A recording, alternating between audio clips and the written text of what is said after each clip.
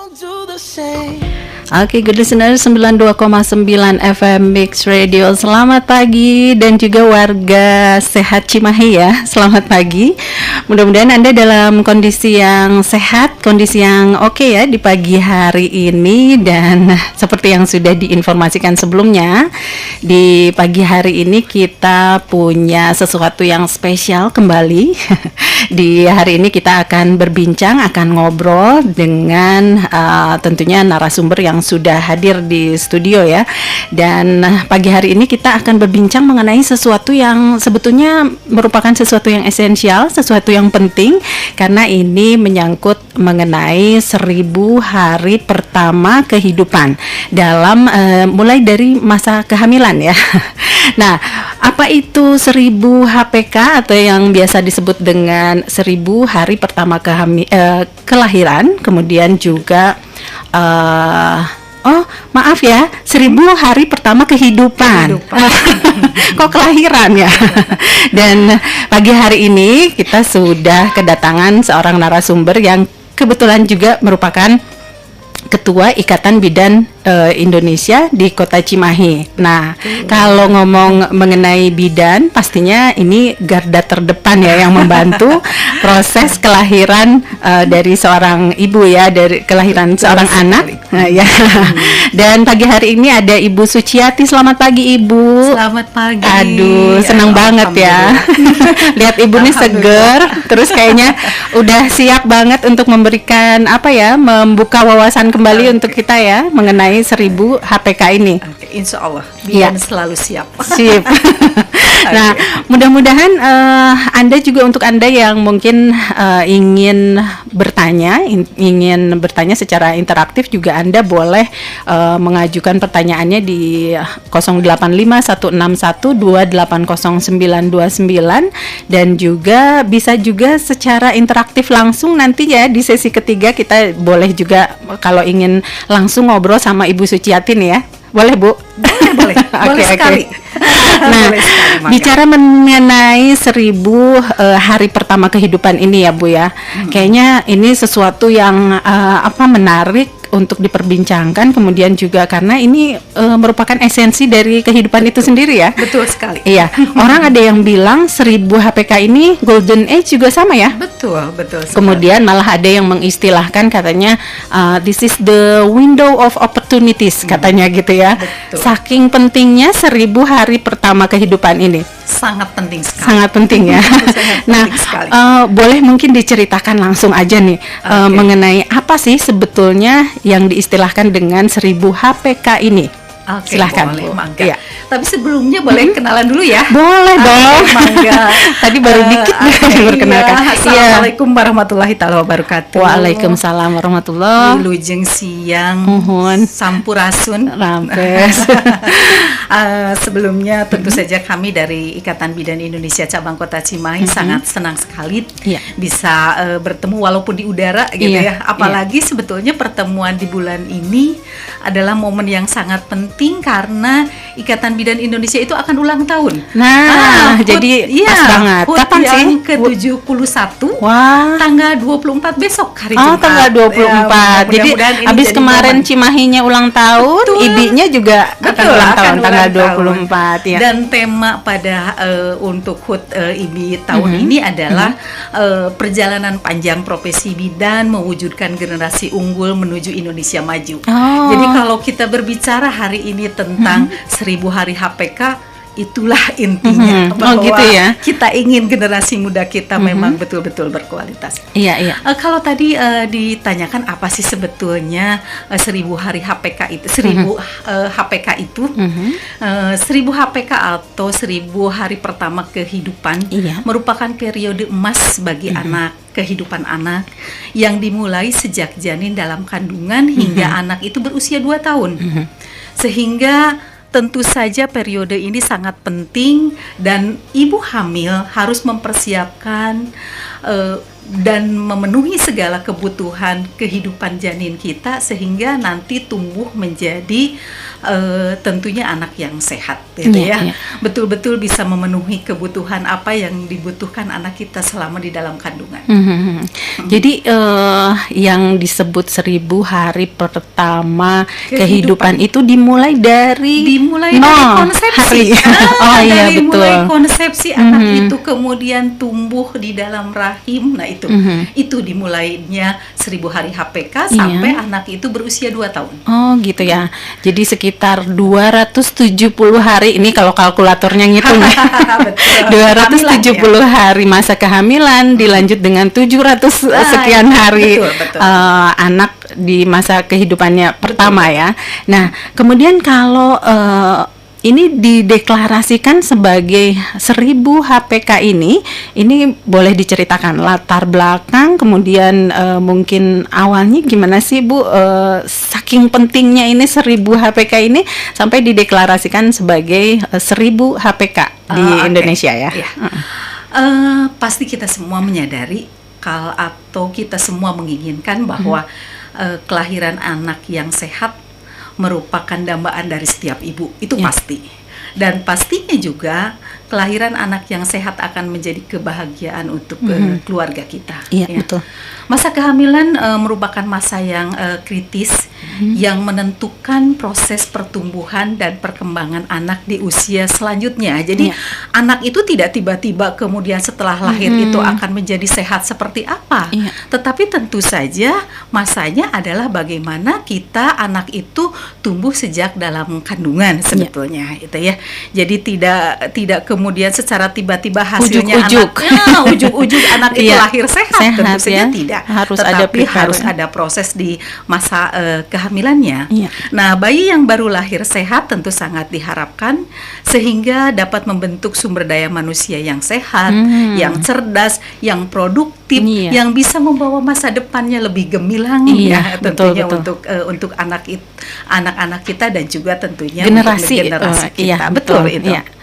Nah, kemudian mengingat sangat pentingnya kualitas hidup generasi penerus di Indonesia, maka pada saat itu sebetulnya di tahun 2015, tepatnya itu hari Minggu tanggal 14 Juni 2015, seluruh komponen perangkat kepentingan di tingkat nasional, mereka khususnya itu adalah untuk bidang gizi dan kesehatan ibu dan anak mendeklarasikan gerakan 1000 hari pertama kehidupan sebagai upaya meningkatkan kualitas hidup manusia Indonesia yang memang kalau dihitung tentu saja hitungannya adalah dari sejak janin di dalam kandungan gitu ya. Itu 1000 hari itu ya. HPK itu. Jadi bagaimana kiatnya pada saat itu kita harus menciptakan generasi yang berkualitas gitu. Sehingga gimana pentingnya gitu ya masa-masa awal kehidupan itu. Betul. Kemudian kalau bicara mengenai profesi bidan ya, karena ibu juga jadi ketuanya nih ya, orang nomor 1 di IDI Kota Cimahi nih. Mungkin sebagai garda terdepan tadi ya, kemudian orang yang punya profesinya yang sangat menentukan, kemudian juga karena profesi bidan ini membantu proses kelahiran seorang anak kayak gitu ya. Betul. Nah, gimana tuh Bu dalam pendeklarasian gerakan 1000 HPK ini, profesi bidan punya peran apa sih gitu? Peran kita ya, peran bidan ya. Ngomporin apa gimana? Kalau bahasa ininya ngomporin betul. Sebetulnya salah satu yang mendeklarasikan tentang 1000 hari HPK itu adalah bidan. Kenapa dikatakan bidan menjadi bagian dari deklarasi tersebut? Karena pada saat itu ketua umum kami, Dr. Emi Nurjasmi itu turut menandatangani deklarasi ini. Ya. Kenapa kemudian bidan turut mendeklarasi? Karena memang kesehatan ibu dan anak itu adalah sasaran pelayanan kami. Kewenangan kami juga ada pada pelayanan kesehatan ibu dan anak. Kemudian sebagai bidan tentu saja kita akan selalu berusaha memberikan pelayanan terbaik untuk kesehatan ibu dan anak. Bahkan filosofi bidan itu adalah bidan sebagai pendamping perempuan selama daur kehidupan gitu ya. Artinya selama kehidupan ada, reproduksi itu ada, pasti bidan itu akan ada gitu ya. Akan selalu mendampingi. Enggak cuma gitu. di proses kelahirannya brojolnya aja ya. Tentunya. Tapi selama proses kehamilannya juga ikut mendampingi. Betul. Bahkan daur kehidupan itu artinya tidak putus. Iya ya. Dari seorang perempuan, misalkan kita ambil titiknya adalah dari kemudian ibu hamil.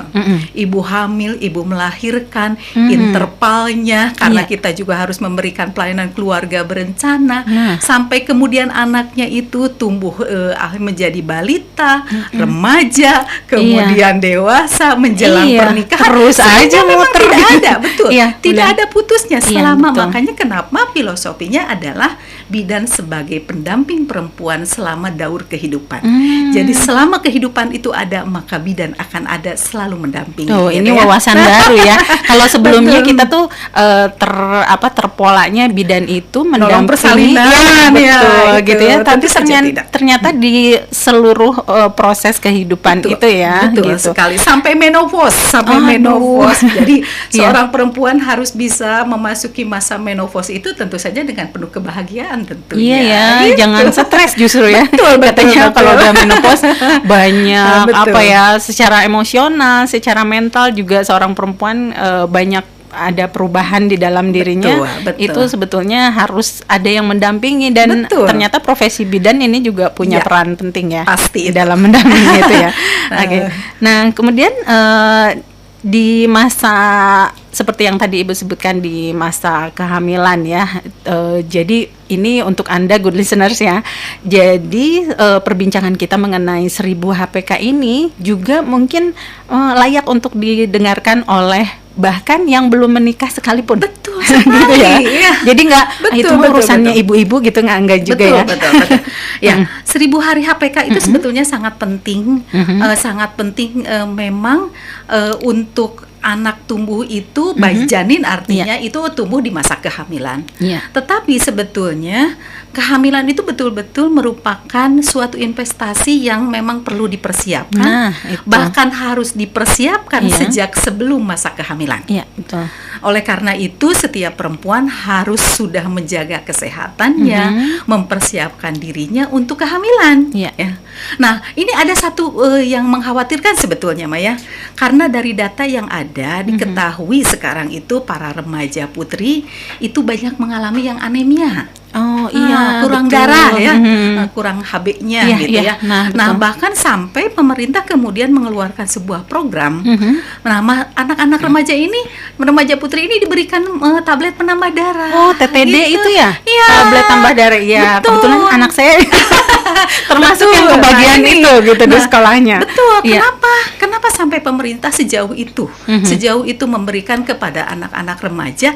Karena tentunya ini memang mengingatkan kita semua bahwa remaja itu sebentar lagi akan memasuki masa pernikahan dan tentunya akan memasuki masa kehamilan.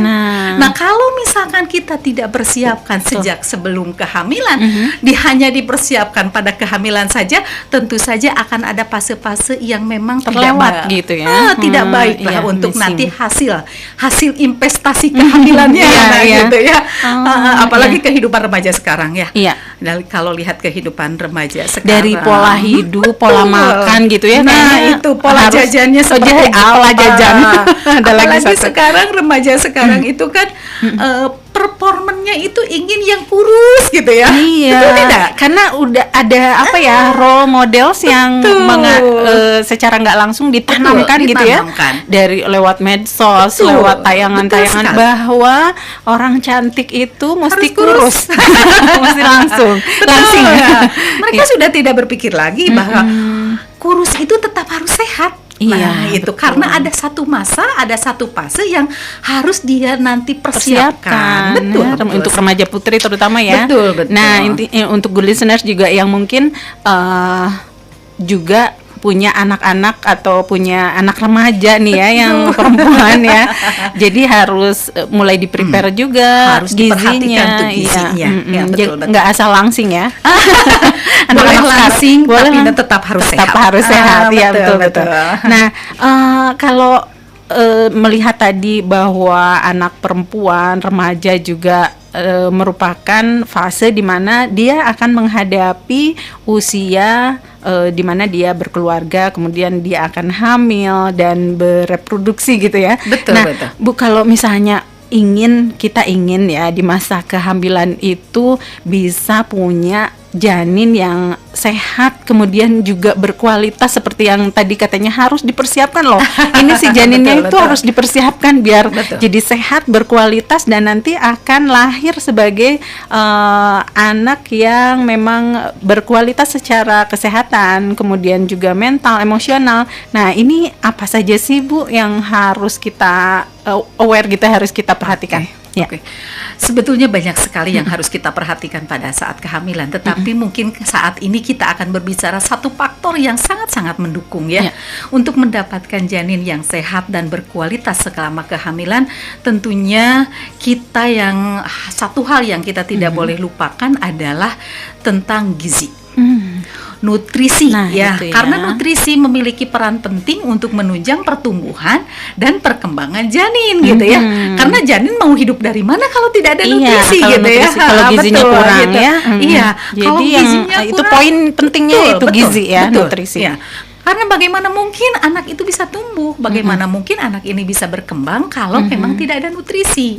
Sehingga nutrisi pada saat kehamilan memang betul-betul harus terjaga, harus berkualitas sehingga bisa memberikan kehidupan yang baik untuk anak-anak kita sejak dari janin di dalam kandungan hingga nanti dia lahir ke dunia ini tentunya. Iya.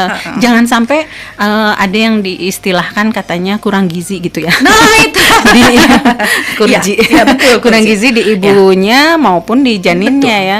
Tapi kalau misalnya ini intermezzo aja ya. Betul. Orang kadang kalau hamil tuh kan ngidam ya Bu ya. Terus suka susah gimana susah gitu ya. Makan. Susah makan. Terus kayaknya nggak mood, dan yang dimakan seblak. Maaf ya.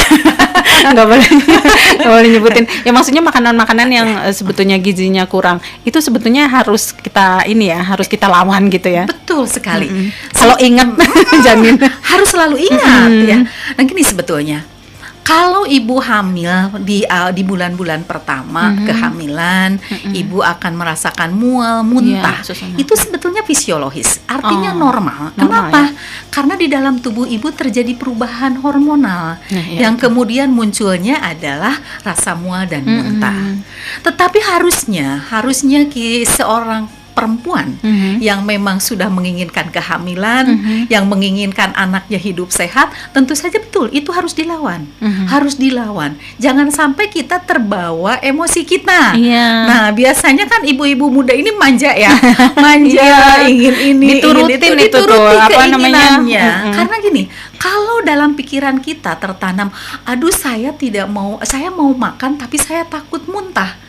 Saya tidak mau makan karena saya takut muntah. Itu tertanam sehingga sugesti sugesti. Akhirnya melihat makanan rasanya sudah mual.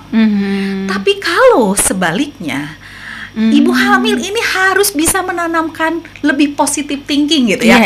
Berpikir positif, anak saya harus hidup, saya harus makan, anak saya harus hidup. Nah itu sehingga terpacu terus semangat kita.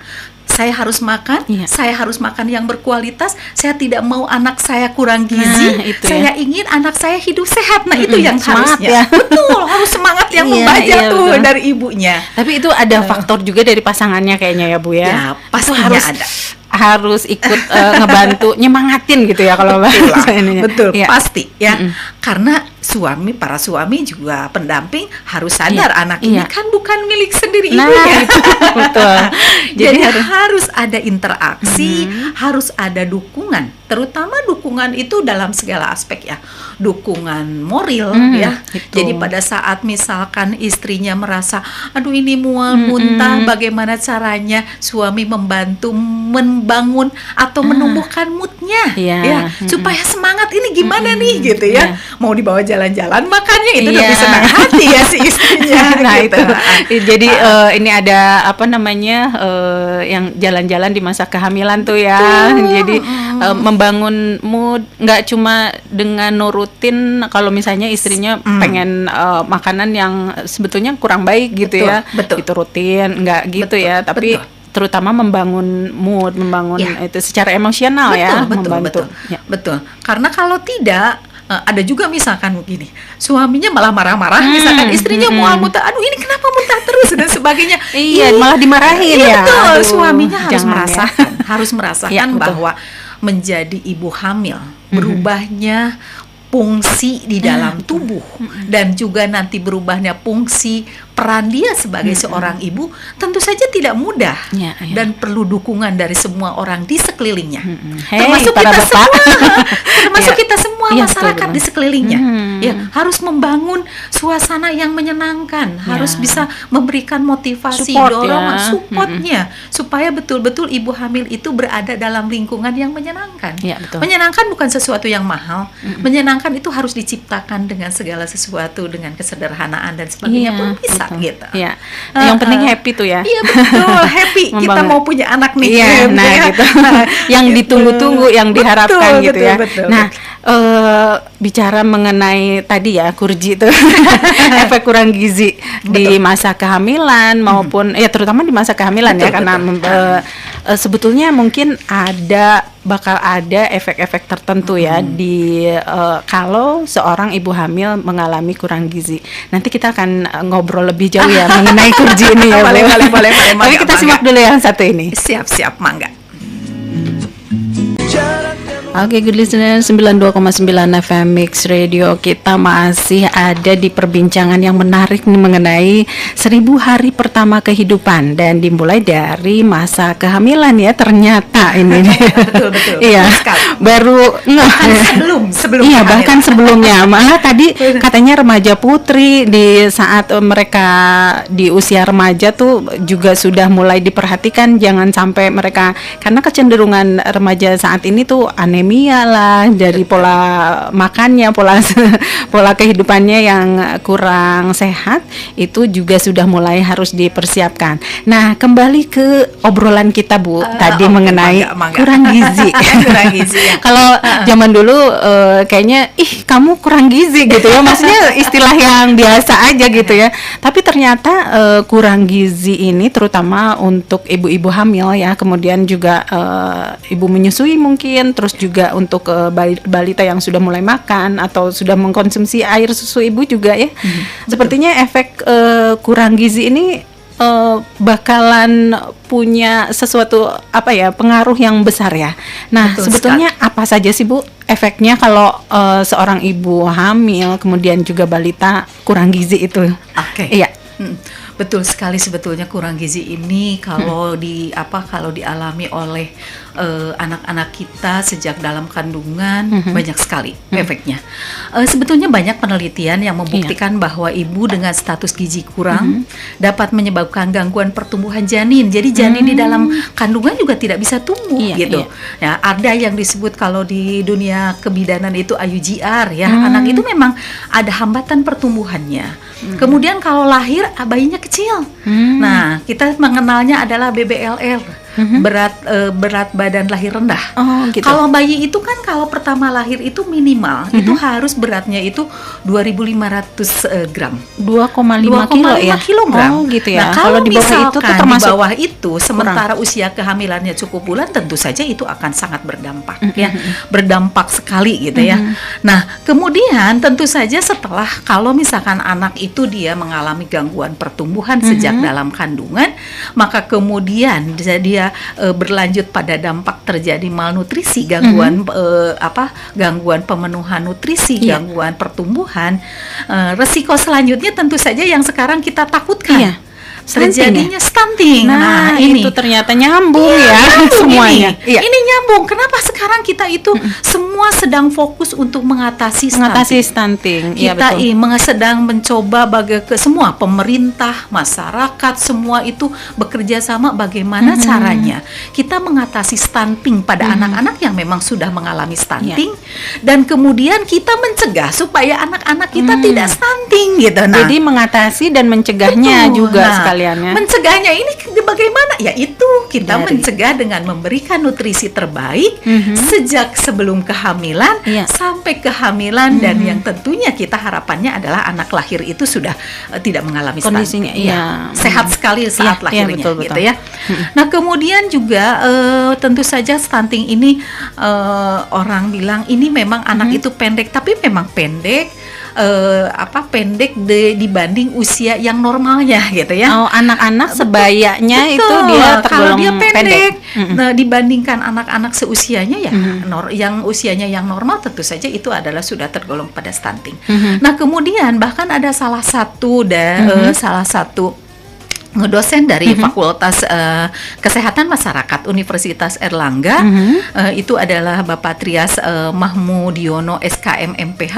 Dia menjelaskan bahwa stunting itu tidak kemudian hanya tinggi badannya saja, bahkan stunting juga memiliki kapasitas berpikir yang sangat rendah. Oh, jadi nggak secara fisik ya? Ya, terbayang coba Iya. bagaimana mungkin Kasihan. anak-anak kita, bagaimana dia bisa memiliki masa depan Iya, nantinya iya. apabila kemudian Kemampuan, dia, betul, berpikirnya ya. baik fisik maupun kemudian kemampuan knowledge-nya itu tidak kemudian berkembang dengan baik gitu lah. Iya, ya. iya, iya. Betul. Jadi ada hubungannya ya, ternyata secara fisik juga dia tergolong nggak berkembang dengan baik ya, atau pendek dibanding anak-anak seusianya. Kemudian juga ternyata kemampuan Betul, berpikir juga betul ngaruh ya Bu ya. sekali. Karena memang Iya. fisik dan kemampuan itu kan memang akan selalu jalan bersama gitu ya. Tidak iya, mungkin signifikan. kemudian signifikan. Iya. Kemudian itu juga kan dipengaruhi oleh nutrisi juga sebetulnya iya, iya. pertumbuhan itu. Nah, kalau di saat seorang ibu hamil gitu ya, sebetulnya kalau dari hal gizi itu apa saja sih Bu yang harus kita perhatikan betul-betul gitu ya, berhubungan dengan gizi di saat seorang ibu hamil gitu. Oke, ya. Banyak sebetulnya yang harus diperhatikan. Salah Ya. satunya adalah yang sekarang yang sangat berhubungan dengan gizi tentunya ya. Pemeriksaan berat badan ibu hamil. Ya. Nah, mengapa sih sebetulnya ibu hamil itu harus ditimbang berat badannya setiap pemeriksaan kehamilan? Nah, itu. Ya. Nah, menimbang berat badan sebetulnya dilakukan pada ibu hamil itu di semua pelayanan kebidanan tentunya. Baik itu pelayanan di rumah sakit, di puskesmas, di klinik maupun di praktek bidan. Iya. Ya.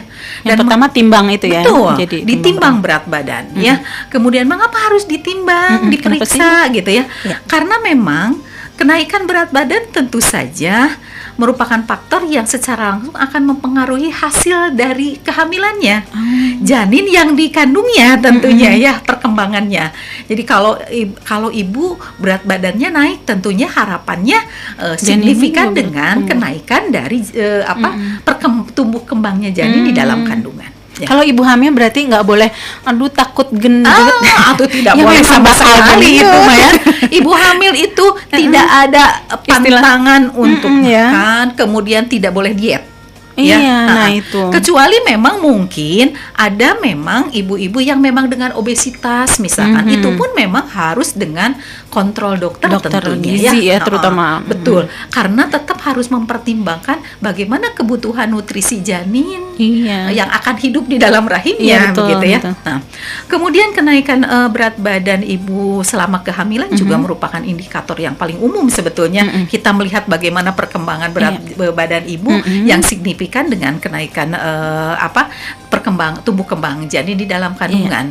Tetapi sebetulnya nutrisi ini sebetulnya berat badan ini tidak hanya akan terjadi pada bayi saja, tetapi sebetulnya penambahan jaringan itu juga terjadi pada ibu. Misalkan ibu yang hamil itu dia akan ada penambahan pertumbuhan di badannya. Salah satunya aja mame misalkan, karena untuk persiapan menyusui kan. Oh iya Ya. betul. Kemudian juga rahim, karena rahim itu akan menjadi rumahnya janin gitu ya. Maka itu semua kan kan membutuhkan nutrisi Iya, tentunya. Nah, kalau untuk Harus janin, nah, pertumbuhannya tentu saja untuk janinnya itu sendiri, Organ, untuk air ya, iya. organ janin, kemudian untuk air ketuban, Itu. dan untuk ari-ari tuh, untuk Iya, plasenta. Karena tempat plasenta boboknya itu. iya betul. Iya. Plasenta itu kan penyambung antara janin dan ibu gitu ya. Nah, itu juga harus tumbuh bagus, Iya, karena itu kan bagaimana terbentuk, ya. mungkin bagaimana mungkin kemudian nutrisi ini masuk ke janin kalau memang pertumbuhan dari plasentanya juga tidak baik. Kurang gitu. baik, Betul, ya. Iya. betul. Jadi, nah kalau boleh dikelompokkan nih Bu, misalnya kenaikan berat badan ibu hamil itu sebetulnya apa aja sih Bu? Terdiri dari misalnya apa kenaikan berat badannya itu masuk ke ibunya semua, kan ada istilah gitu ya. Katanya naik berat badannya tapi yang naik itu ibunya doang gitu. Anaknya sebetulnya nggak terlalu gitu. Oke. Gimana sih Bu? Sebetulnya pada kondisi yang normal, ibu berat badan ibu yang naik pasti akan signifikan dengan berat badan janin yang Janinnya tumbuh. ya. Kalau misalkan ternyata ada salah satu misalkan ibu yang mengalami kenapa ya berat badannya naik tetapi janinnya ternyata hasil pemeriksaan USG dokter misalkan ternyata kecil, itu memang harus diperiksa lebih lanjut karena ada apa? Gitu ya. Gitu Apakah ada gangguan penyerapankah ataukah ada penyakit ibukah dan sebagainya yang nantinya justru menghambat proses proses transfer nutrisi dari ibu ke janin gitu Nah, ya. itu ya. Karena kalau yang normal sebetulnya ibu berat badan ibu naik tentu janinnya saja akan juga signifikan dengan kenaikan berat tumbuh kembang janin gitu ya. Jadi secara normal nggak bakalan tuh ya ibunya Kak. aja yang gemuk, bayinya Betul, kecil betul. gitu. Oh, Itu mah harus ada di- pemeriksaan, betul. ya. Harus dilihat apa sih yang menyebabkannya. Seperti Kenapa yang seperti tadi ini? kata ibu Iya. ya, transfer nutrisinya itu mungkin Iya, ada sesuatu betul, yang betul. Atau misalkan ada pertumbuhan di ari-arinya kan, misalkan plasentanya, tali pusatnya kan ada tuh, ada tali pusat yang terpelintir, yang iya. berkelok-kelok, Iya. sehingga tentu saja nutrisi yang sampai pada janin itu tidak maksimal tentunya gitu. Oh iya, kayak selang ya. Kalau selang terputar gitu kalau selang terputar kan airnya tidak akan ngalir lancar ya. Iya betul. Itu salah satunya. Itu salah satunya ya. Betul. Nah, kalau untuk kenaikan berat badan di ibu hamil tadi ya, itu mungkin ada faktor-faktor yang mempengaruhinya ya. Betul, Nah, betul. itu apa saja sih Bu kalau boleh dikelompokkan gitu? Oke. Sebetulnya banyak sekali yang faktor-faktor yang mempengaruhi berat badan ibu hamil ya. Di antaranya adalah keseimbangan energi. Artinya apakah yang dimakan ibu itu seimbang dengan aktivitas fisiknya gitu ya? Eta Bu. Jadi jangan mager ya ibunya Betul. juga ya. Ada ibu yang makannya sedikit tapi dia aktivitasnya terlalu berlebihan. itu. Jadi Nggak jangankan si nutrisi itu untuk janin, untuk dirinya sendiri juga tidak ada kan gitu ya. Iya. Nah, kemudian bekal yang ada saja di ibunya itu akan diambil untuk dijadikan energi untuk dia beraktivitas. Iya. Ya, itu kan Nah, tentu buat saja. janinnya mana nggak gitu ya? ada, Iya, ya, nggak ada. benar. Nah, kemudian juga status gizi ibu hamil. Nah, makanya kenapa kita harus tahu status status gizi itu adalah bukan pada saat hamil, tetapi harus diketahui sejak sebelum hamil gitu ya. Nah, ada pengelompokannya, apakah dia itu masuknya ke underweight, kemudian ada normal, ada overweight, ada obesitas. Nah, itu pengelompokannya banyak ya. Iya. Nah, kemudian faktor berikutnya juga ada ya itu kadar hemoglobin tadi. Nah, sekarang ini hemoglobin itu sangat penting di dalam tubuh, apalagi di dalam tubuh seorang ibu yang sedang hamil. Karena oksigen, nutrisi itu akan menyebar ke seluruh tubuh, itu akan diikat oleh hemoglobin. Itu ibarat mobilnya gitulah ya. Kalau sekarang kita banyak nutrisinya tapi mobilnya yang untuk menghantarkan tidak ada, ya mau bagaimana gitu ya. Jadi Nah, HB itu tukang nganter-nganterin. ya itu akan menjadi transfer iya. kemana-mana, gitu. sampai ke jaringan-jaringan terjauh, sampai terkecil semuanya gitu. Kan itu diikat oleh hemoglobin. Segitu pentingnya ya betul, hemoglobin ini makanya ya. hemoglobin ibu hamil itu harus betul-betul dalam kondisi yang terprima gitu ya, terprima sekali. Kemudian Nah, kemudian ada juga yang ini yang tidak kalah pentingnya adalah sosial ekonomi budaya. Nah, apakah benar ini sosial ekonomi budaya ini mempengaruhi gitu ya? Iya. Nah, kita coba lihat. Iya. Kalau kita lihat bagaimana sosial, ekonomi, budaya, itu kita lihat dari peran ibu, ibu hamil dan juga peran keluarga, terutama ini di suami ya. Gitu ya. Hai para suami. Dengerin nih para suami nih. Ya. Ibu hamil itu sebetulnya apalagi kondisi sekarang ya, di kondisi pandemi di mana secara perekonomian kita semua merasakan kehancuran ekonomi, dampak ekonomi pada masa pandemi ya. Ibu hamil harus pandai memilih dan memilah apa yang akan dikonsumsinya. Dalam kondisi ekonomi yang cukup sulit bagi sebagian keluarga, tentunya harus bisa memilih jenis makanan apa yang terjangkau tetapi bernilai gizi cukup tinggi gitu ya. Pinter ya. Betul, harus pinter. Ibu hamil itu harus pinter. Ibu-ibu itu harus pinter. Nah, contohnya misalkan sekarang kita tahu bahwa ikan itu adalah protein terbaik gitu ya. Iya. Tetapi kalau ikan salmon lagi itu mahal. berapa harganya? Bener, Bu. Nah, maka kenapa kita tidak memilih ikan teri saja? Ikan teri itu punya kelebihan daripada ikan yang lain. Kenapa? Karena ikan teri itu kita makan sampai tulang-tulangnya, betul nggak? Iya. Ada gitu ikan teri yang kita sisihkan tulangnya, gitu ya. Riwel gitu ya. Bahkan kepalanya saja dimakan gitu kan. Benar-benar. Oh, ternyata ikan teri bagus ya. Karena dimakan semua. Betul. Ya. Karena di dalam ikan teri itu selain kita mendapatkan protein, ada yang lainnya. Itu ada kalsium, ada fosfor yang memang dibutuhkan oleh pertumbuhan tulang janin. Oh iya. Jadi satu kali makan kita punya beberapa nutrisi yang memang terpenuhi. Nilai gizinya itu akan lebih. Nah itu sebetulnya. Jangan kekeh. Pokoknya pengen salmon, pengen sushi. Ada salmonnya. Betul. Dan jangan malu, jangan merendah. Aduh, kita makannya hanya dengan teri. Kalau teri itu ternyata lebih baik daripada yang lainnya, gitu ya. Dan gampang didapetinnya. Betul. Ya, kemudian sekarang kalau kita butuh vitamin C, tidak perlu apel dan anggur yang harus dibeli. Kenapa kita tidak belinya jambu batu saja? Jambu itu kan itu minta ke tetangga juga bisa, Bu. Deket-deketin tetangga tuh gitu ya. Itu kan jambu batu itu memiliki kandungan vitamin C yang sangat tinggi. Atau tomat sepotong dipakai masak, sepotong dimakan, itu kan bisa lebih gitu ya. Artinya bagaimana cara kita mensiasati pemenuhan nutrisi ini ya. Jangan gengsi itu sih. Janganlah. Sekarang kalau gengsi mah disimpan saja. Yang sekarang mah yang harus kita pikirin adalah bagaimana ibu hamil itu sehat, kita memiliki bayi yang sehat juga nanti. Betul. Nah, sekarang bagaimana peran keluarga? Terutama ini suami nih ya. Dalam kehidupan masyarakat kita terdapat budaya yang menempatkan suami berkedudukan lebih utama dalam keluarga. Ya, itu mah kita sadari bersama lah ya. Betul. Sehingga tidak jarang bahwa dalam hal makanan pun suami akan mendapatkan perhatian lebih dari istrinya ya. Iya benar. Nah, pemahaman ini yang kemudian kita harus rubah. Suami harus bisa memberikan peluang lebih banyak ke istrinya. Kemudian terutama yang lagi hamil untuk dapat bisa memenuhi kebutuhan gizinya. Karena yang harus disadari adalah itu bahwa yang dimakan itu tidak hanya untuk ibunya, tetapi juga untuk janinnya. Janin itu anak kan mereka loh. Betul. Anak jadi itu jangan bapaknya aja yang diturutin. Betul. Halo para bapak. Jadi itu ya perhatiin, apalagi ya itu makanannya dimakan nggak cuma buat istrinya aja, tapi buat anak mereka. Gitu ya. Ya, dalam kondisi misalkan istri kita sedang hamil, maka disinilah perjuangan suami juga. Bagaimana memberikan yang terbaik untuk istri-istrinya sehingga anaknya nanti bisa tumbuh sehat. Nah, ada satu lagi yang sekarang itu yang harus masyarakat kita galakan adalah memanfaatkan pekarangan.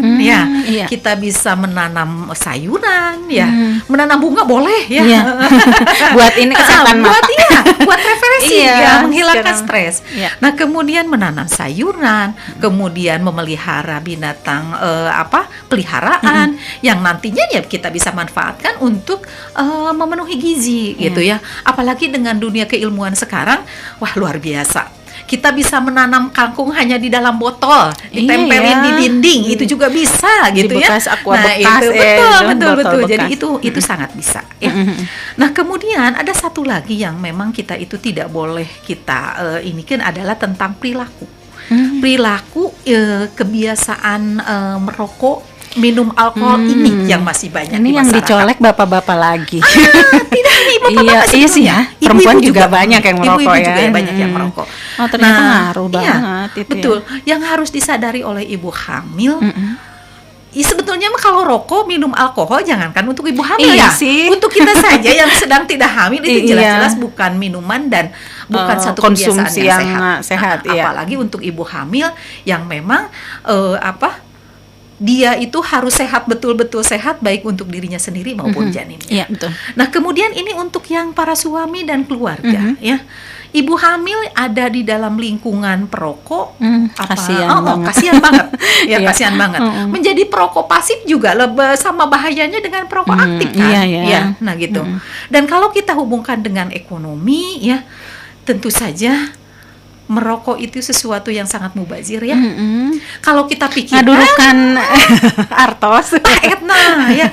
Kalau Iya. kita manfaatkan uangnya daripada membeli rokok, kita belikan yang lain untuk memenuhi Buah gizi. kayak apa Nah, gitu betul. ya, Bu? Kita pikirkan gini, satu batang rokok kalau kita beli itu uangnya bisa membeli 1 butir telur. Nah, itu ya. Ya, 1 butir telur itu bisa memenuhi kebutuhan protein Iya, untuk ibu nutrisi. hamil 1 kali makan.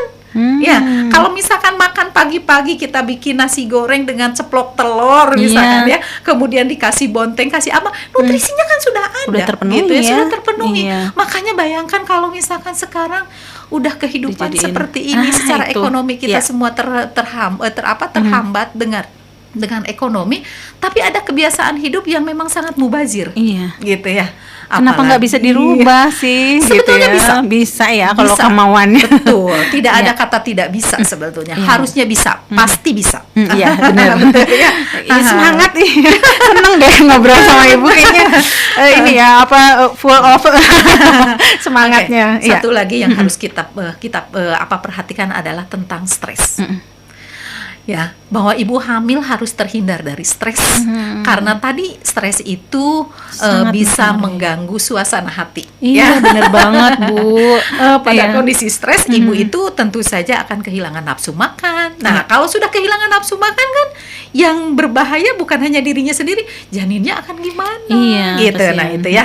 Ya tentu saja ini para suami betul-betul harus bisa memberikan dukungan yang Iya, terbaik iya, untuk betul. untuk itu, untuk apa? Untuk para istrinya ya. Dan kalau misalkan si istri ini betul-betul harus punya semangat hidup yang tinggi, bagaimana dia harus bisa harus bisa mempersiapkan janinnya nanti tumbuh baik sehingga betul-betul menjadi anak yang sehat pada saat dilahirkan. Gitu. Terutama itu ya, membangun sugesti positif Betul bahwa sekali. saya ini lagi menjaga sebuah kehidupan baru di dalam betul. tubuh saya gitu ya. Betul. Dan itu mungkin bisa sangat membantu seorang ibu yang mungkin mengalami mual, Betul. terus kesulitan makan di masa kehamilannya itu ya. Jadi stresnya betul. bisa dirilis ya, dikurangi. Nah, Arin ingatkan lagi ya untuk Anda good listeners yang mungkin punya pertanyaan, mumpung nih ya orang nomor 1 di IBI Kota Cimahinya hadir di Mix Radio. Senang sekali. Anda boleh kontak di 085 161280929 atau Anda juga boleh mengajukan pertanyaan melalui live Instagramnya Promkes ya, karena kita disiarkan secara live juga di Instagramnya Promkes Kota Cimahi. Nah, kemudian nanti akan kita bacakan di sesi selanjutnya ya, pertanyaan-pertanyaan yang Anda ajukan, kemudian juga nanti akan dijawab langsung katanya sama Bu Suci. Insya Allah. Oke, tapi sebelumnya kita simak dulu yang satu ini. Oke, good listener 92,9 FM Mix Radio. Kita tambah asik nih ya ngobrol sama Bu Suci karena kayaknya karena Bu Sucinya semangat banget, terus kayaknya optimis gitu ya. Tadi terutama waktu nyolek bapak-bapak kaum perokok tuh katanya berhenti tuh bisa banget dan pasti bisa gitu. Aduh, saya jadi ini ya.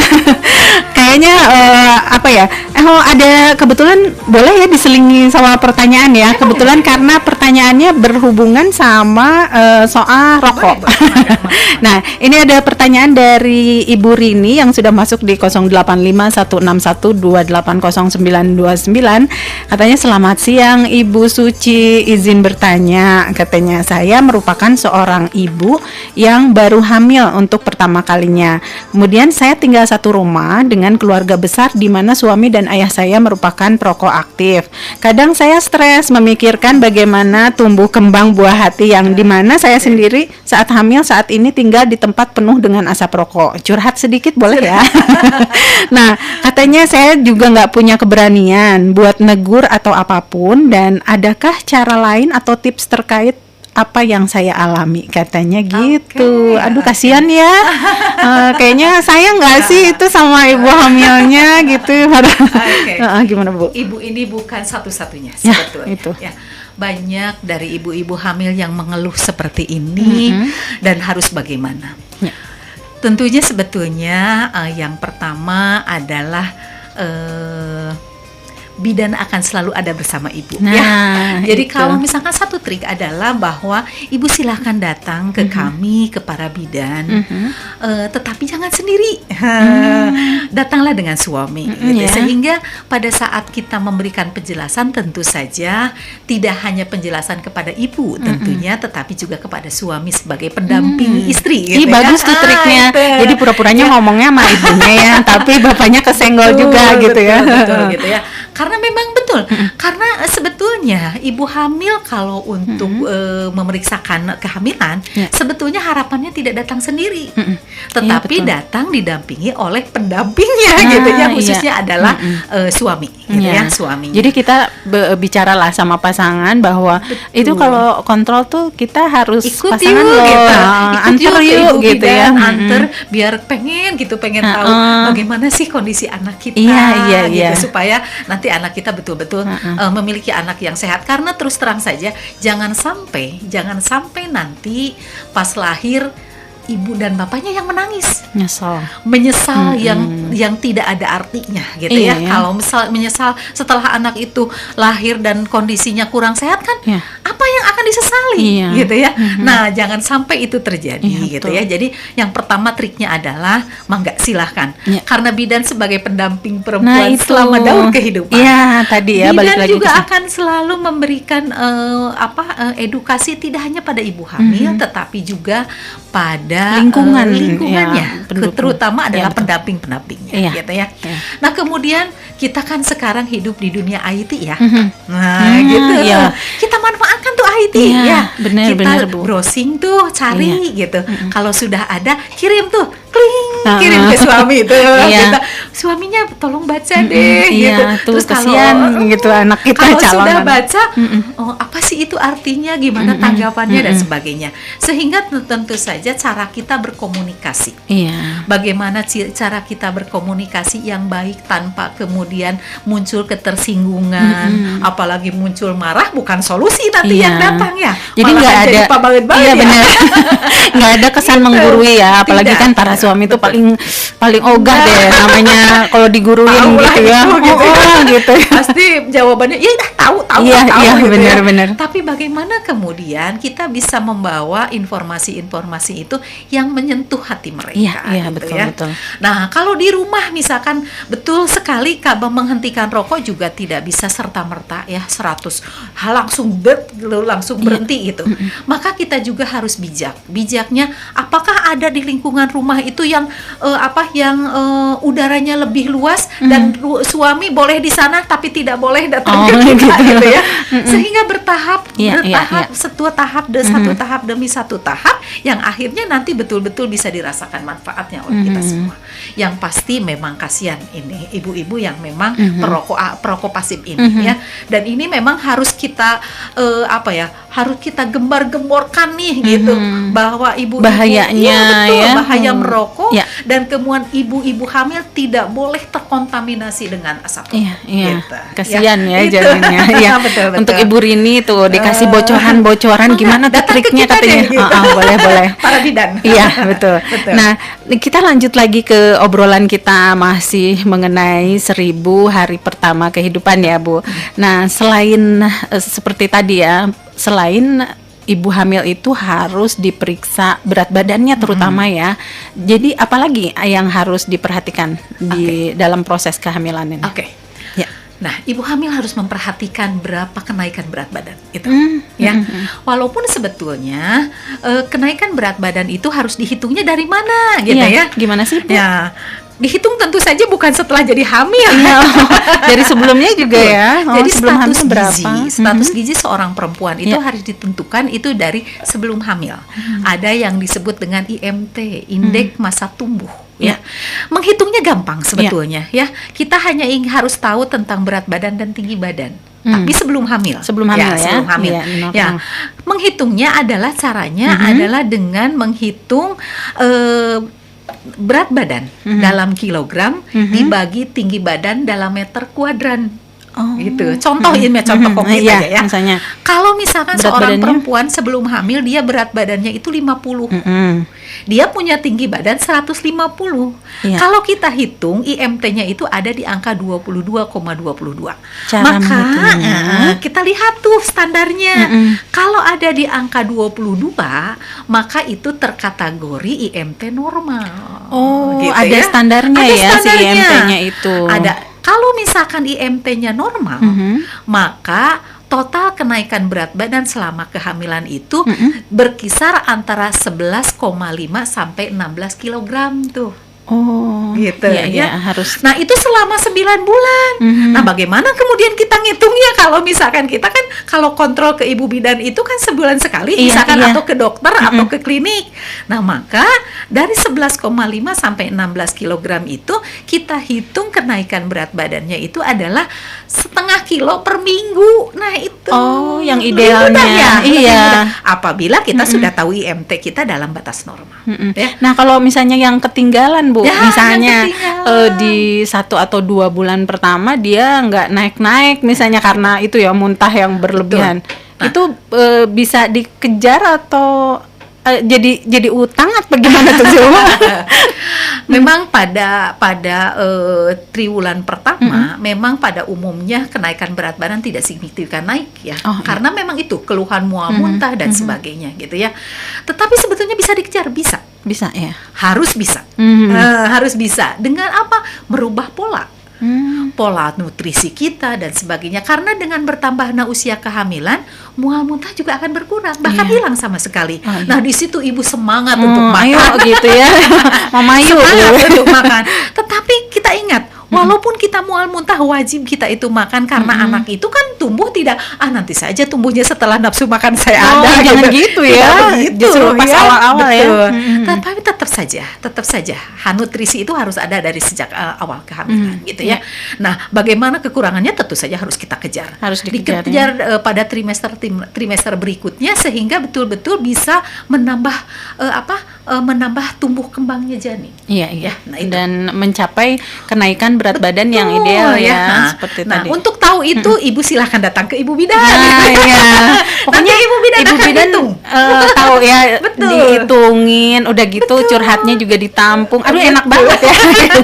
Pokoknya rajin-rajin deh ke kontrol ke ibu bidan ya. Makanya sebetulnya bidan juga sekarang sedang mengembangkan pelayanan pranikah. Oh. Ya, Iya, karena iya. stunting itu kan harus dari pranikah. Perkembangan janin itu 1000 hari HPK itu kan harus dipersiapkan dari Sementara sebelumnya orang mikirnya ke bidan tuh ya kalau hamil gitu ya.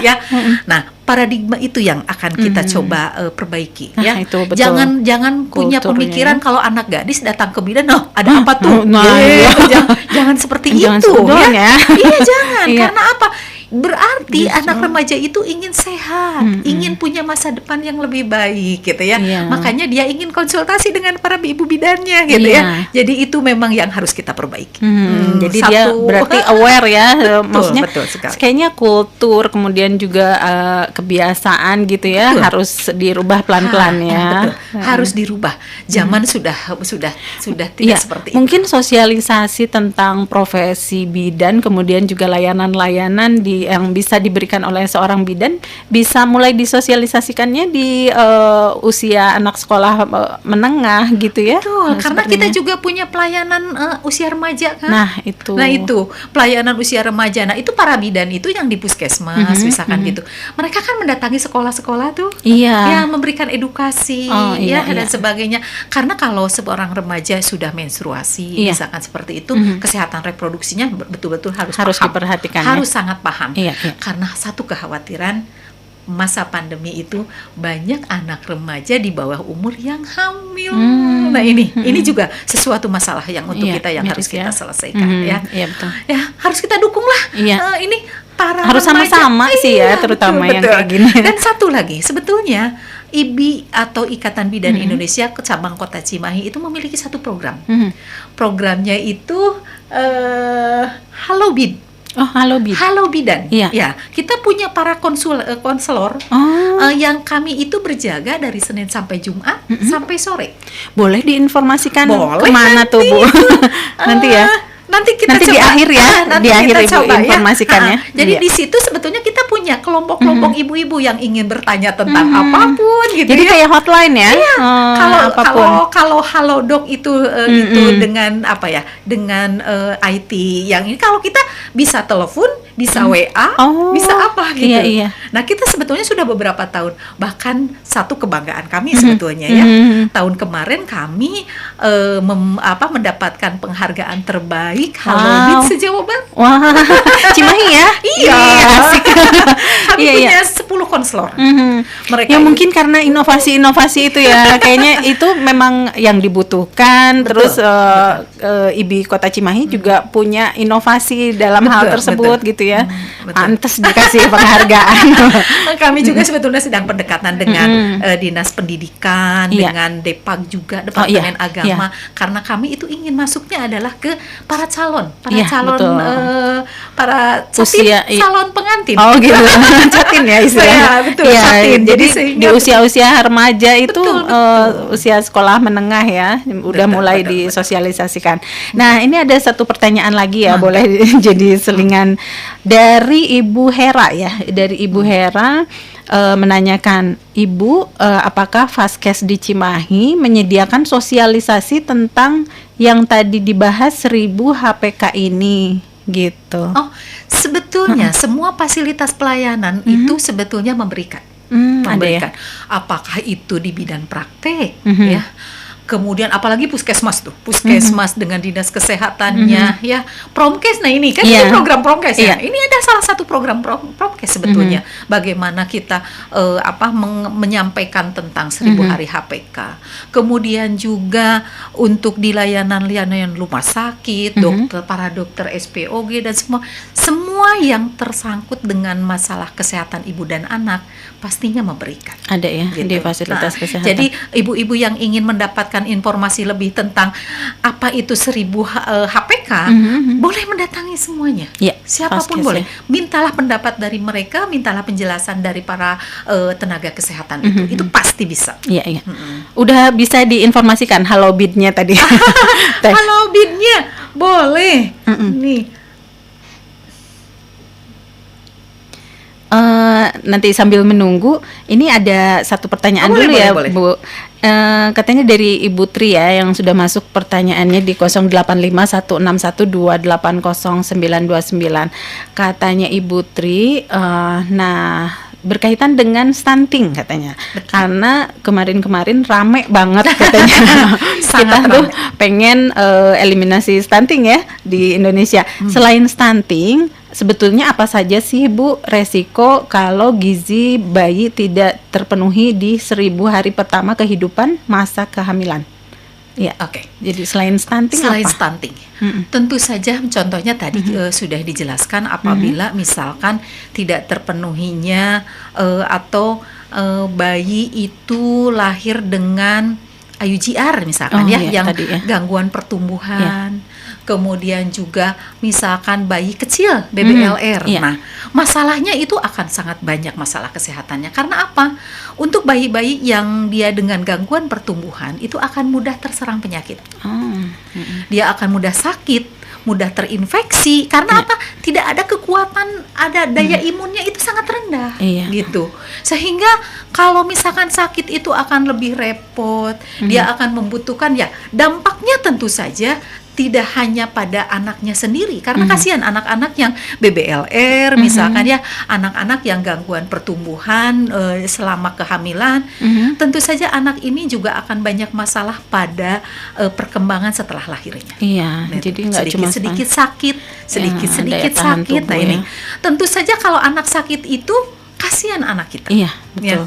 Infeksi paru-paru infeksi yang lain mudah sekali terserang penyakit itu. Nah, dengan mudah sekali terserang penyakit, otomatis itu juga akan sangat mengganggu tumbuh kembang selanjutnya.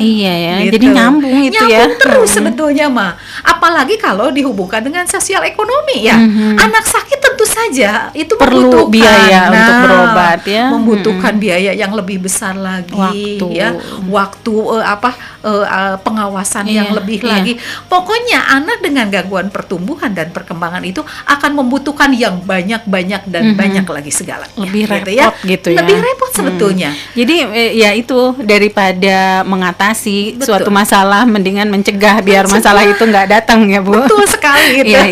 Betul sekali. Bu, boleh nggak ini untuk para ibu hamil yang mungkin nggak keidean gitu ya kalau nggak keidean, gimana sih cara ngatur saya menu gitu menu sehari-hari untuk dikonsumsi oleh ibu hamil gitu. Kalau misalnya yang simple tapi terus gampang didapat gitu, boleh dicontohin nggak sih Bu?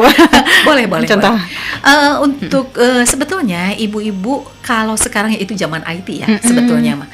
Sebetulnya kita tinggal lihat aja di si Mang Google Bah Google itu sebetulnya menu untuk ibu hamil variasi atau itu banyak sebetulnya. Tapi mari kita coba kita buat satu yang simpel yang pasti ibu-ibu suka nih. Kasih bocoran. Nah, sebetulnya ibu-ibu kalau misalkan satu hari ibu hamil itu harus makan itu satu hari itu sekitar 2.430 kalori. Itu terjadi pada trimester pertama, kemudian trimester kedua dan ketiga tentu saja harus lebih lagi karena itu di antara 2.700 kalorian Nah, bagaimana kemudian mensiasatinya? Ngaturnya gimana sih? Juga gimana ya? Yang kira-kira memenuhi itu tuh gimana sih menunya? Sulit. Karena memang kita sebetulnya ada hitungannya Contohnya misalkan sarapan pagi, kita enak kalau makan pagi itu nasi goreng. Soalnya suka nyisa Bu.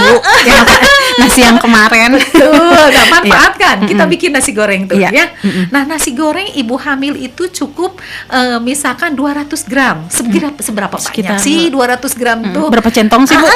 Nah, kalau centong itu sebetulnya ibu-ibu punya centong yang rice cooker tuh. Yang itu udah bawaannya. 4 centong itu sudah 200 mg. Atau kalau udah banyak itu atau kalau dengan gelas belimbing itu 1,5 gelas. Nah, 1,5 gelas nasinya itu kita misalkan nasi goreng enak sekali kalau dengan telur dadar enak banget telur dadar panas-panas kemudian kita tambahin bonteng mentimun, kemudian tambahin tomat kayak misalnya seger betul gitu. Kalau kita ingin lengkap kemudian tambahin segelas susu. Susu ibu Apakah hamil kalau misalkan tidak ada susu kemudian gimana? Ya tidak perlu repot. Kita cari saja susu kedelai. Oh, berarti dari kedelai ya. Kita tambahkan saja 1 potong tempe. Oh gitu ya. Kan dari kedelai. Bisa diganti benar. Gitu proteinnya dapet ya. Artinya, betul. Jadi kita bisa, aduh kalau susu Aku nggak ada nih di mual, rumah, nggak, gitu. atau nggak masuk susu gitu ya. Apa ya gitu. Oh ada susu kedelai. Oh kalau susu kedelai berarti Dari dibuatnya kedelai. dari kedelai dong gitu ya. Penggantinya. Berarti apa ya makanan yang dari kedelai gitu. Tempe juga dari kedelai. Iya, aduh tempe Aku anget-anget juga gitu dari ya sama kedelai. nasi goreng. Itu Asik. kan, itu bisa artinya. Iya. Nah kemudian itu misalkan, pagi-pagi ya Bu ya, pagi-pagi. sarapan. Nah kemudian kalau pagi ibu hamil makan lagi jam 12 terlalu lama tuh. Iya, kukurubukan Bu. Boleh Anaknya nggak? juga sama kukurubukan ya. Boleh tengah-tengah Di kita makan ya. Kita makan snack ya. Snack. Makan snack apa? Apa ya? Misalkan, misalkan ada bubur sumsum, boleh tuh dimakan bubur sumsum. Bubur sumsum 3/4 gelas saja itu sudah cukup. Kalorinya itu bisa sampai 100 gram. Itu sudah mencukupi kebutuhan kalori. Untuk snack, Snack. itu ya, Kalau between tidak itu ya apa breakfast yang dan kita bisa? lunch. Ya. Apa yang kita bisa? Apa yang ada gitu. Tetapi tentu saja itu makanan sehat ya Ya, untuk kita ya. ya. Nah, kemudian makan siang sekarang. Makan siang kalau nasi tetap kita 200 gram ya. Berarti mau nasi goreng, mau nasi putih misalkan tetap 200 gram ya. Kemudian kita ini ada yang ngasih nih, ada yang ngasih ikan tuna. Cukup satu potong sedang saja ikan tuna. Mau digoreng, mau dipasak seperti dengan pasakan apa boleh ya. Kemudian ada capcainya boleh gitu ya. Ada satu jeruk boleh gitu ya. Itu sudah mencukupi sebetulnya ya. Dan malamnya ini boleh lebih komplit ya kalau makan siang ya. Nah, malamnya tetap kita juga harus makan malam ya. Nah, antara makan siang sama makan malam boleh snack. Juga snacknya gitu, boleh ya. Nah, kalau kita tidak makan nasi misalkan, pengen pengganti nasi apa ya? Boleh kentang. Iya. Nah, sekarang kentang besar itu 150 gram. Itu kandungannya. Ya kemudian yang sedang itu sekitar 100 dan yang kecil sekitar 75. Nah, jadi ibu bisa menghitung tuh, bisa memvariasikan. Saya hari ini mau makan apa ya? Gitu. Nah, itu bisa. Ibu bisa mengatur variasi makanan. Yang penting mungkin teraturnya kali ya, Bu. Betul. Nah, bagaimana kalau ibu hamil kan semakin kandungan itu besar itu menekan lambung sehingga isinya sedikit sudah kenyang gitu ya. Maka siasati sama kita. Porsi kecil tapi sering. Gitu ya. Yang penting kebutuhannya terpenuhi Iya, gitu. benar. Soalnya kalau sekali makan banyak tuh suka gimana ya? Betul. Gitu ya, Bu. Aduh, kayaknya masih asik ngobrolannya sebetulnya ya. Tapi kayaknya Ibu juga ada kesibukan lain. Kemudian juga kayaknya mudah-mudahan sih ada kesempatan lain kita bisa ngobrol lebih jauh ya. Mangga insya Allah. Nah, mungkin tadi contoh menu itu jadi penutup ya obrolan kita di hari ini. Nah, mungkin ada penutup yang ingin Ibu sampaikan untuk para calon ibu hamil, kemudian juga ibu yang baru melahirkan dan pokoknya karena katanya bidan itu merupakan pendamping perempuan selama daur kehidupan. Nah, itu betul. Boleh Bu disampaikan penutupnya. Ibu-ibu sekalian, bapak dan juga adik-adik sekalian, anak adalah titipan yang Maha Pencipta. Dengan segala kesempurnaannya tentunya. Tentu kita wajib memelihara amanah tersebut dengan sebaik-baiknya. Mari kita pelihara anak-anak kita sejak dalam kandungan dengan memberikan nutrisi terbaik agar mereka bisa tumbuh dan berkembang dengan baik, menjadi anak yang sehat, cerdas dan produktif. Anak sehat, ibu tersenyum, tentunya keluarga akan bahagia. Amin. Semoga itu bisa tercapai ya. Nah, untuk Anda good listeners yang dari tadi menyimak, kemudian juga yang tadi udah nanya-nanya, udah sedikit curhat ke Ibu ya. Bisa sedikit terobati, kemudian juga wawasannya bisa lebih terbuka lagi ya dengan obrolan kita hari ini. Nah, memang kalau kita bicara mengenai 1000 hari pertama kehidupan ini, pastinya kita bicara juga mengenai awal kehidupan, kemudian anak-anak yang baru saja dilahirkan, dan itu berarti kita juga bicara mengenai harapan dan juga masa depan ya Bu ya. Dan nggak akan ada habisnya. Generasi ya. Iya, karena kehidupan itu nyambung. Daur Nah, kehidupan. memang semoga ada kesempatan lain ya Bu ya untuk kita bisa lebih Insya Allah, membuka wawasan insya lagi Allah. mengenai Mangga. ini, dan diantos pisan kehadirannya lagi di Mangga. studio. Terima kasih untuk Ibu Suciati, Mangga, Ketua mangga, sami-sami. Ikatan Bidan Indonesia Kota Cimahi, kemudian juga Dinas Kesehatan Kota Cimahi, atas perbincangan yang syarat manfaat ini ya untuk Anda good listeners. Dan juga terima kasih untuk kehadirannya Ibu, udah repot-repot Sami-sami. meluangkan waktu datang ke sini. Dan untuk Anda juga good listeners, juga untuk warga sehat Cimahi nih ya, terima kasih atas perhatian dan juga kebersamaannya. Saya Arin Gasmara pamit untuk hari ini dan sampai jumpa.